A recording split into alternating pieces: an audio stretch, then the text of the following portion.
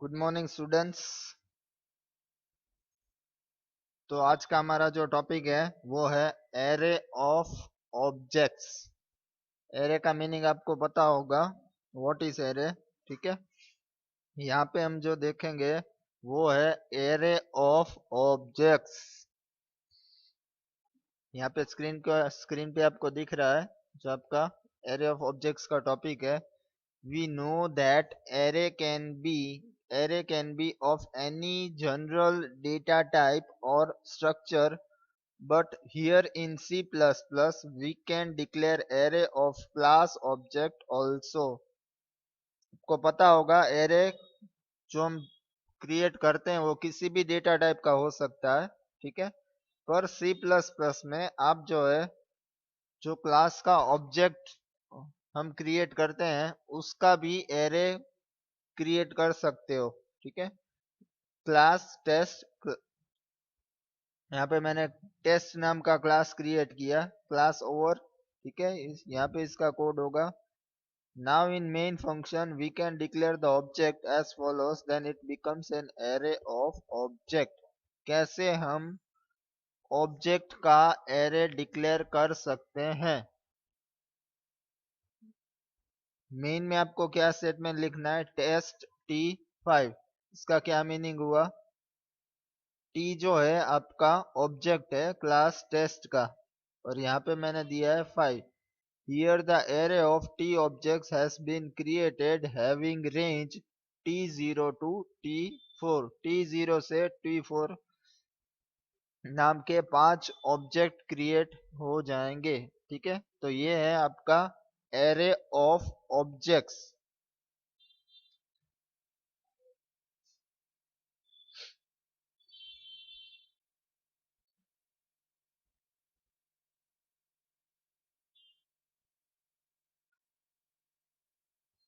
Practically हम देखते हैं उसका प्रोग्राम एरे ऑफ ऑब्जेक्ट्स का।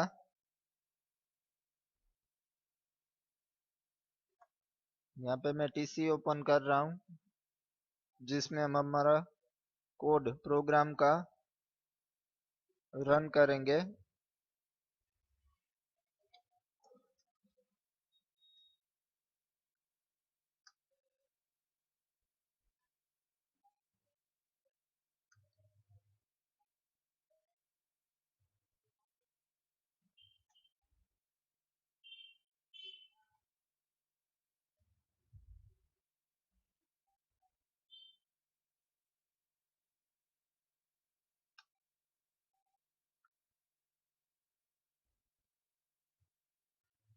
ओके, फर्स्ट iostream.h, conio.h जो हमारी हेडर फाइल्स है, क्लास emp नाम का क्लास क्रिएट किया है जहाँ पे मैंने कैरेक्टर नेम 30 कैरेक्टर नाम का एरे है, नेम एरे 30 रेंज दी है। देन आफ्टर फ्लोट एज, तो ये आपके दो वेरिएबल है, name and age. Get data and put data नाम के दो मेंबर फंक्शंस डिक्लेयर कर रहा हूँ यहाँ पे। ठीक है, यहाँ पे मेरा क्लास ओवर हो जाएगा, दैट मीन्स आपको सेमीकोलन करना है। अब मेरे जो मेंबर फंक्शंस हैं उनकी डेफिनेशन मैं क्लास के बाहर दे रहा हूँ। ठीक है, तो उसकी जो डेफिनेशन है, उसकी जो सिंटेक्स है, जब भी आपको कोई मेंबर फंक्शन क्लास के बाहर उसकी डेफिनेशन देनी है, ठीक है, आप इसके दोनों मेथड से फॉलो कर सकते हो। आइदर आप डेफिनेशन क्लास के अंदर भी दे सकते हो या क्लास के बाहर भी, दोनों मेथड से you can use any one of them। return type, class name, scope resolution operator, member function name and its argument, उसकी जो arguments है। फिर यहाँ पे मैंने डेफिनेशन दी है, उसमें मैंने क्या किया है, पहले मैसेज प्रिंट करवा, एंटर द नेम, फिर cin means printf scanf जो होता है आपका, उसकी जगह cout cin. Name और एज ये दोनों चीजें यहाँ पे मैंने एंटर करवाई है। फिर है आपका पुट डेटा मेंबर फंक्शन, जहाँ पे जो नेम और एज है दोनों वेरिएबल्स हमने प्रिंट करवाए हैं। जो यूजर कीबोर्ड में से इनपुट करेगा वैल्यू, वो यहाँ पे डिस्प्ले वापस अगेन करवाइए। ओके, कांस्टेंट इंटीजर साइज, एक कांस्टेंट वेरिएबल ले रहा हूँ साइज, जिसकी 3 मैंने वैल्यू दी है। ठीक है, अब आपका void main emp manager size, ये हो गया आपका ऑब्जेक्ट ऑफ एरे। ठीक है, emp क्या है आपका क्लास का नाम, मैनेजर है वो आपका ऑब्जेक्ट, और साइज की वैल्यू है 3, मीन्स 3 ऑब्जेक्ट क्रिएट होंगे आपके, जीरो मैनेजर 0, मैनेजर 1, मैनेजर 2। यहाँ पे लूप चलाइए 0 to less than size, cout details of manager, manager i dot get data,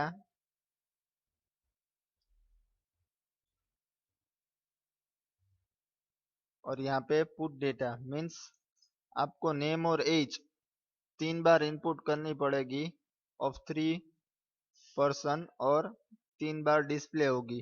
ठीक है, तो ये था आपका टॉपिक एरे ऑफ ऑब्जेक्ट, जहाँ पे आप अपने क्लास का ऑब्जेक्ट डिक्लेयर करते हो, वहाँ पे उसका एरे क्रिएट कर सकते हो।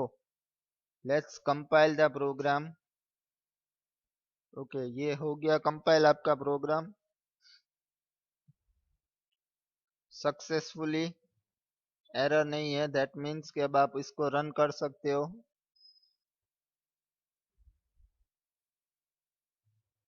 Details of manager 1, enter the name, enter the age, details of manager 2,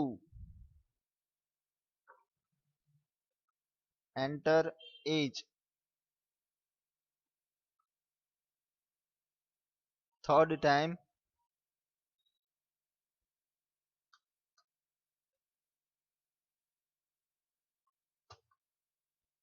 okay. तो यहाँ पे आप देख सकते हो जो एरे क्रिएट किया है ऑब्जेक्ट का, आपको 3 बार नेम और एज इनपुट करवाना है, और वही चीज 3 बार डिस्प्ले होगी। ठीक है, मैनेजर 1 उसका नाम और age, manager 2 name and age, manager 3 उसकी नेम और एज। तो ये था आपका ऑब्जेक्ट एरे। ठीक है, आपको कैसे क्रिएट करना है ऑब्जेक्ट क्या एरे, जहाँ पे आप क्लास का ऑब्जेक्ट बना रहे हो डिक्लेयर करोगे, वहां पे आपको उसके एरे की साइज देनी है। ठीक है, अब हमारा नेक्स्ट टॉपिक हम देखेंगे एरे ऑफ ऑब्जेक्ट्स के बाद object as function argument. Like regular data type, we can also pass any object as argument to any function. Okay, जैसे आपका रेगुलर डेटा टाइप होती है, वैसे ही आप अपने ऑब्जेक्ट को ऐसे आर्ग्यूमेंट भी पास कर सकते हो फंक्शन में। Okay, this is possible in 2 different ways. इस ये करने के लिए आपके पास 2 अलग अलग मेथड्स हैं। जब भी आपको आपका ऑब्जेक्ट ऐसे फंक्शन आर्ग्यूमेंट पास करना है, तो आपके पास 2 डिफरेंट वेज है, 2 अलग अलग तरीके हैं। A copy of entire object is passed to the function, तो आपका ऑब्जेक्ट है उसकी कॉपी, एंटायर कॉपी आप पास करो फंक्शन में। सेकंड जो मेथड है, only the address of the object is transferred to the function, सिर्फ ऑब्जेक्ट का एड्रेस पास करो फंक्शन में इंस्टेड ऑफ ऑब्जेक्ट। ठीक है, ऑब्जेक्ट की जगह आप उसका एड्रेस पास करो as a function argument.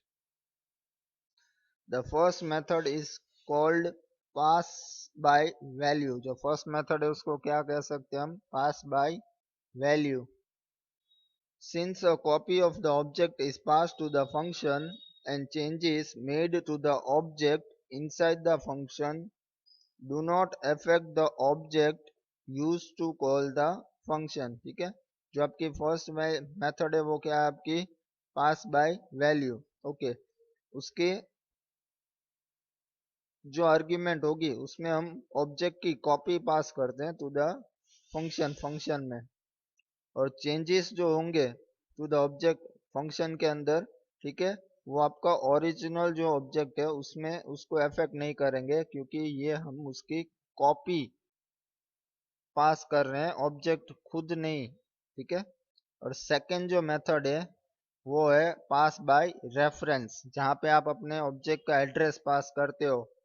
When an address of the object is passed, the called function works directly on an actual object used in the call. जो second जो आपकी मेथड है वो है कॉल बाय रेफरेंस, जहां पे आप अपने ऑब्जेक्ट की एक्चुअल एड्रेस पास करते हो, तो जो चेंजेस आपको ऑब्जेक्ट में होंगे इनसाइड द फंक्शन वो डायरेक्टली उस ऑब्जेक्ट को इफेक्ट करेंगे. This means that any changes made to the object inside the function will reflect in the actual object. वो डायरेक्टली आपके एक्चुअल ऑब्जेक्ट में रिफ्लेक्ट करेंगे. The pass by reference method is more efficient since it requires passing only the address of the object and not the entire object. ठीक है, तो ये second जो आपकी मेथड है, the pass by reference method is more efficient, वो ज़्यादा efficient है क्योंकि उसमें हमें ऑब्जेक्ट का एड्रेस पास करते हैं, ऑब्जेक्ट को खुद नहीं पर उसका सिर्फ एड्रेस पास किया जाता है. तो ये था आपका ऑब्जेक्ट एज फंक्शन आर्ग्यूमेंट, जिसमें आपकी दो वेज डिफरेंट, दो अलग अलग तरीके थे, एक है कॉल बाय वैल्यू और एक कॉल बाय रेफरेंस.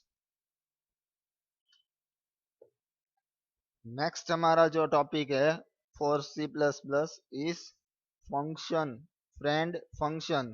ठीक है, इससे पहले हमने फंक्शन ओवरलोडिंग और इनलाइन फंक्शन देखे हुए हैं, वैसे ही ये हमारा जो नेक्स्ट इम्पोर्टेंट टॉपिक है सी प्लस प्लस में वो है आपका फ्रेंड, फ्रेंड फंक्शन. फ्रेंड का मीनिंग आपको पता होगा, ठीक है, फ्रेंड मतलब क्या. वैसे ही ये आपका फंक्शन है friend function. When a data is declared as private inside a class, then it is not possible, no, then it is not accessible from outside the class. आपको ये चीज पहले हमने वीडियो में देखी हुई है, ठीक है, कि जो आपके क्लास का प्राइवेट मेंबर्स हैं उनको आप क्लास के बाहर एक्सेस नहीं कर सकते हो. ठीक है, आप कोई भी चीज प्राइवेट में डिक्लेयर करो क्लास में तो वो क्लास के बाहर एक्सेस नहीं की जा सकती.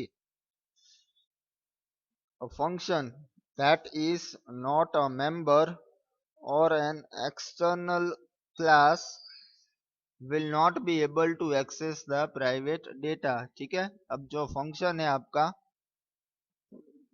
जो आपका मेंबर नहीं है क्लास का, वो आपके क्लास के किसी भी प्राइवेट डेटा को एक्सेस नहीं कर सकता. A programmer may have a situation where he or she would need to access private data from non-member function and external classes. ठीक है, कई बार ऐसी सिचुएशन होती है जहां पे आपको क्लास का प्राइवेट डेटा क्लास के बाहर किसी दूसरे फंक्शन में एक्सेस करना है. तब आपको क्या करना है, उसके लिए आपके पास ऑप्शन है for handling such cases the concept of friend function as useful tool. अब इस सिचुएशन को हैंडल करने के लिए आपके पास एक ऑप्शन है, वो है फ्रेंड फंक्शन. ठीक है, a C++ friend function are special functions which can access the private members of class. ठीक है, सी प्लस प्लस में एक फैसिलिटी प्रोवाइड करता है फ्रेंड फंक्शन की, जिससे कि आप आपके क्लास के प्राइवेट मेंबर्स भी क्लास के बाहर एक्सेस कर सकते हो। The friend function is written as any other normal function. वो फ्रेंड फंक्शन जो है आपका, जैसे आप अपने रेगुलर फंक्शन लिखते हो वैसे ही आपको फ्रेंड फंक्शन लिखना है, उसकी code. Except the function declaration of this function is preceded with the keyword friend. सिर्फ चेंज कहाँ पे आएगा कि जहाँ पे आप अपना फंक्शन डिक्लेयर करोगे, ठीक है, तब आपको उसके आगे प्रीसीडेड मतलब तब सबसे पहले आपको वहाँ पे फ्रेंड कीवर्ड लिखना पड़ता है। The friend function must have the class to which it is declared as friend passed to it in argument।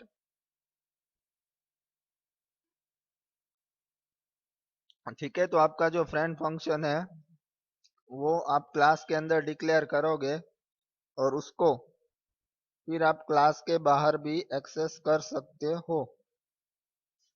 Okay, some important points to note while using friend function in C plus plus. Okay, अब अगर आपको friend function का use करना है तो आपको कुछ points ध्यान में रखने पड़ते हैं, हम उनको देखते हैं कौन कौन से पॉइंट्स हैं।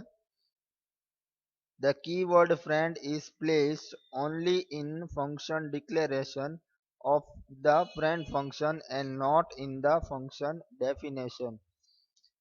जो आपका कीवर्ड है फ्रेंड, वो आप जब फंक्शन का डिक्लेरेशन करते हो वहां पे आपको एक ही बार जहाँ डिक्लेरेशन करते हो वहां पे लिखना है फ्रेंड। फंक्शन की डेफिनेशन जहाँ पे दे रहे हो वहां पे आपको अगेन वो चीज रिपीट नहीं करनी है, सिर्फ डिक्लेरेशन करो वहीं पे आपको वन टाइम लिखना है friend. It is possible to declare a function as friend in any number of class. ठीक है, आप आपके जो क्लास हैं मोर देन वन क्लास है तो आप सब में अलग अलग फ्रेंड फंक्शन डिक्लेयर कर सकते हो।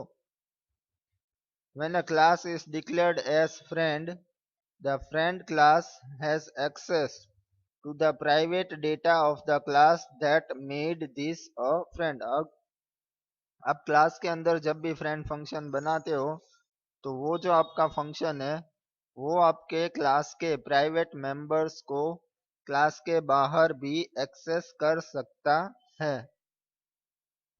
A friend function, even though it is not a member function, would have the rights to access the private members of the class। अगर आपका फ्रेंड आपने फ्रेंड फंक्शन बनाया है, ठीक है, और वो आपके क्लास का मेंबर नहीं है, मींस आउटसाइड आपने किसी दूसरे क्लास में फ्रेंड फंक्शन बनाया है, तो भी वो आपका function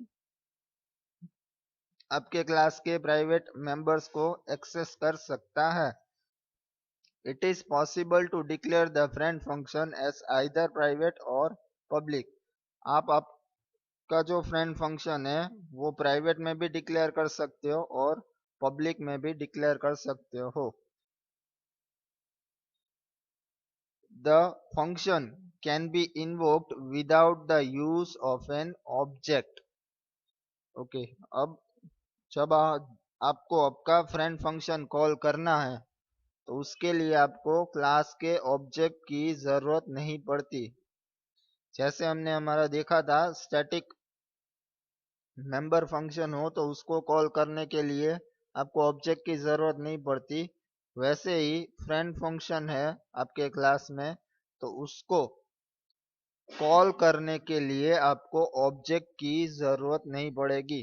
the friend function has its argument as object. हाँ, पर आपके फ्रेंड फंक्शन में उसकी आर्ग्यूमेंट ऑब्जेक्ट हो सकती है। आपने अपने फ्रेंड फंक्शन बनाया है तो उसमें object as a argument pass on कर सकते हो, पर उसको कॉल करने के लिए आपको ऑब्जेक्ट की जरूरत नहीं पड़ेगी। ओके, अब हम फ्रेंड फंक्शन का प्रोग्राम देखते हैं।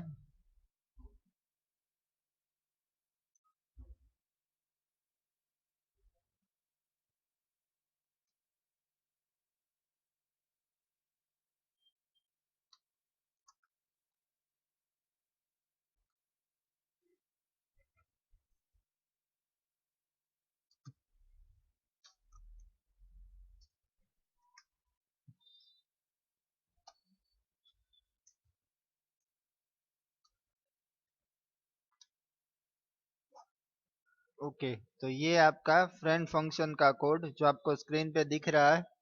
पहले आपकी header file iostream.h, include conio.h, class sample, कौन से नाम का क्लास बनाया यहाँ पे मैंने, सैंपल,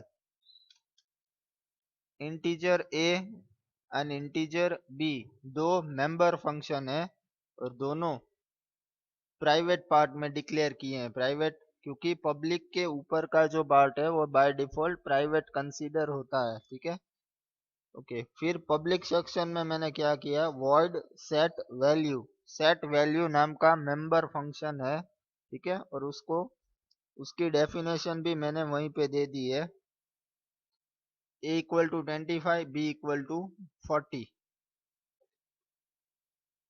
दूसरा फंक्शन यहाँ पे दे रहा हूँ जिसको मैंने फ्रेंड बनाया है। फ्रेंड फंक्शन जैसे हमने बोला था डिक्लेयर करने के लिए सबसे पहले आपको फ्रेंड कीवर्ड की जरूरत पड़ती है, फ्रेंड कीवर्ड लिखना पड़ता है। यहाँ पे मैंने लिख दिया फ्रेंड।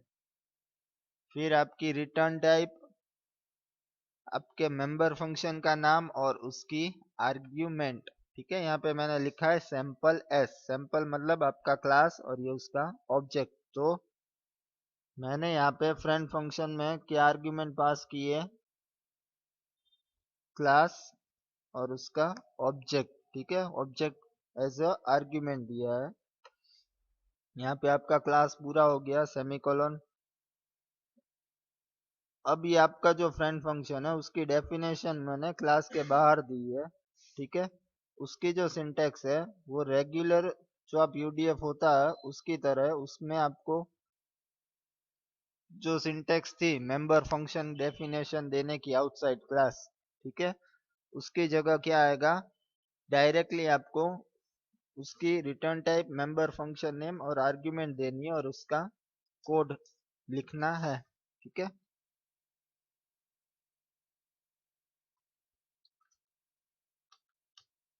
ओके। ये आपका main function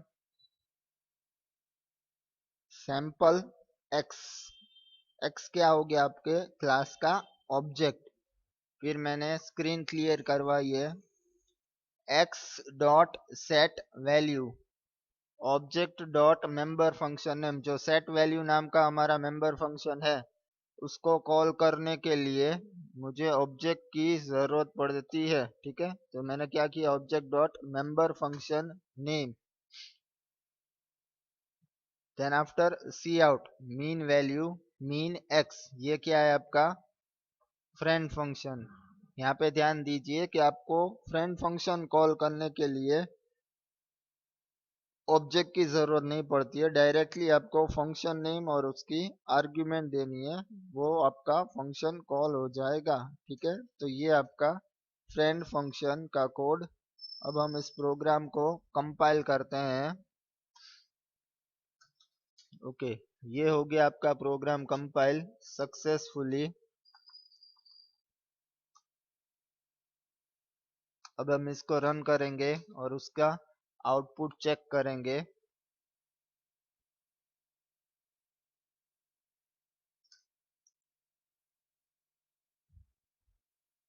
mean value equal to 32.5। ठीक है, तो ये आपका आउटपुट है जो आपको स्क्रीन पे दिख रहा है। तो ये था आपके फ्रेंड फंक्शन का कोड। ओके,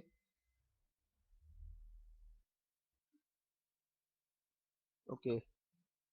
तो आज के हमारे जो टॉपिक्स थे वो है array of objects, object as function argument and friend function. ये हमारे 3 टॉपिक्स थे जो हमने ये इस वीडियो में कवर किए। आगे के टॉपिक्स हम नेक्स्ट वीडियो में देखेंगे। Till then, thank you.